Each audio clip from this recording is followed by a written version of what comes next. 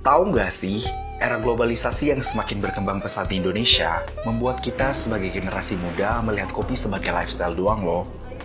Ya contohnya yang kalian lihat sekarang ini. Padahal faktanya kopi termasuk salah satu komoditas unggulan negara kita. Bahkan masuk dalam 4 besar negara penghasil kopi terbanyak di dunia. Dan hal itu bisa dicapai juga karena hasil kerja keras petani Indonesia. Tapi kalau dilihat sekarang, petani kopi Indonesia semakin lama semakin berkurang. Karena mereka kurang melihat peluang dari kopi dan kurang mendapatkan apresiasi dari hasil kopi. Oleh karena itu, Third Wave hadir sebagai peluang dan bentuk apresiasi bagi para petani kopi dan kopi itu sendiri. Sebelum Third Wave hadir, ada First Wave yang ditandai dengan munculnya kopi instan, dan Second Wave yang ditandai dengan munculnya kafe. Eits, tapi kita nggak akan bahas dua hal ini ya. Third Wave sendiri ditandai dengan mulai tertariknya para pecinta kopi terhadap kopi itu sendiri. Pada gelombang ini muncul beberapa istilah baru yang mungkin udah nggak asing juga di telinga kalian. Yuk kita kenali istilah-istilah ini lebih dekat. Pertama, single origin. Secara sederhana, single origin adalah asal mula atau tempat kopi itu berasal. Dengan kata lain, single origin ngomongin soal area, wilayah, atau daerah khusus yang digunakan sebagai tempat menanam kopi. Contohnya kopi Papua Wamena, Flores Bajawa, dan Aceh Gayo. Selain area, single origin juga berasal dari satu pertanian khusus atau daerah sekitar areal pertanian kopi itu.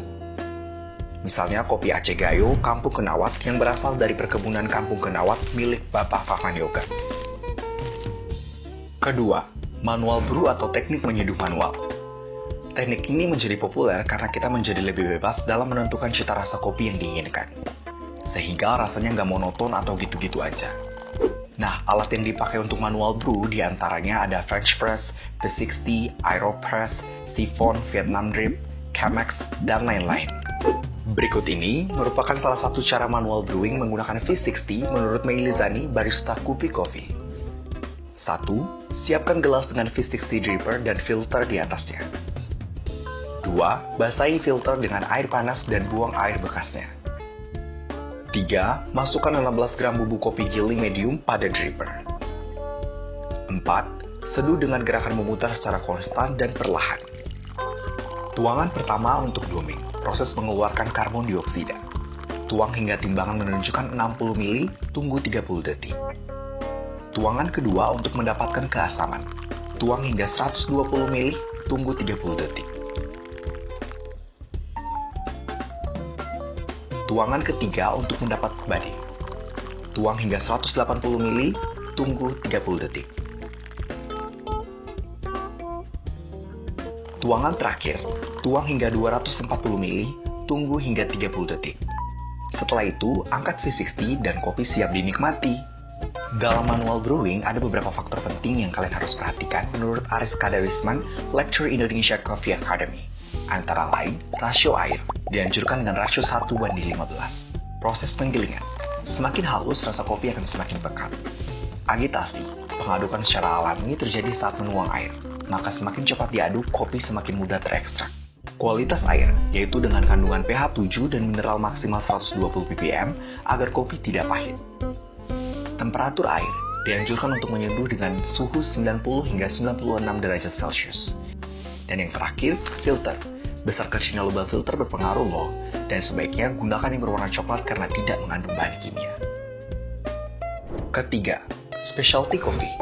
Specialty coffee adalah sebuah penilaian atau pengklasifikasian terhadap kopi yang memiliki aroma dan rasa yang istimewa. Menurut Specialty Coffee Association of America, specialty coffee harus memiliki nilai minimum 80 dan maksimum 100, dan tidak memiliki cacat primer pada green bean-nya.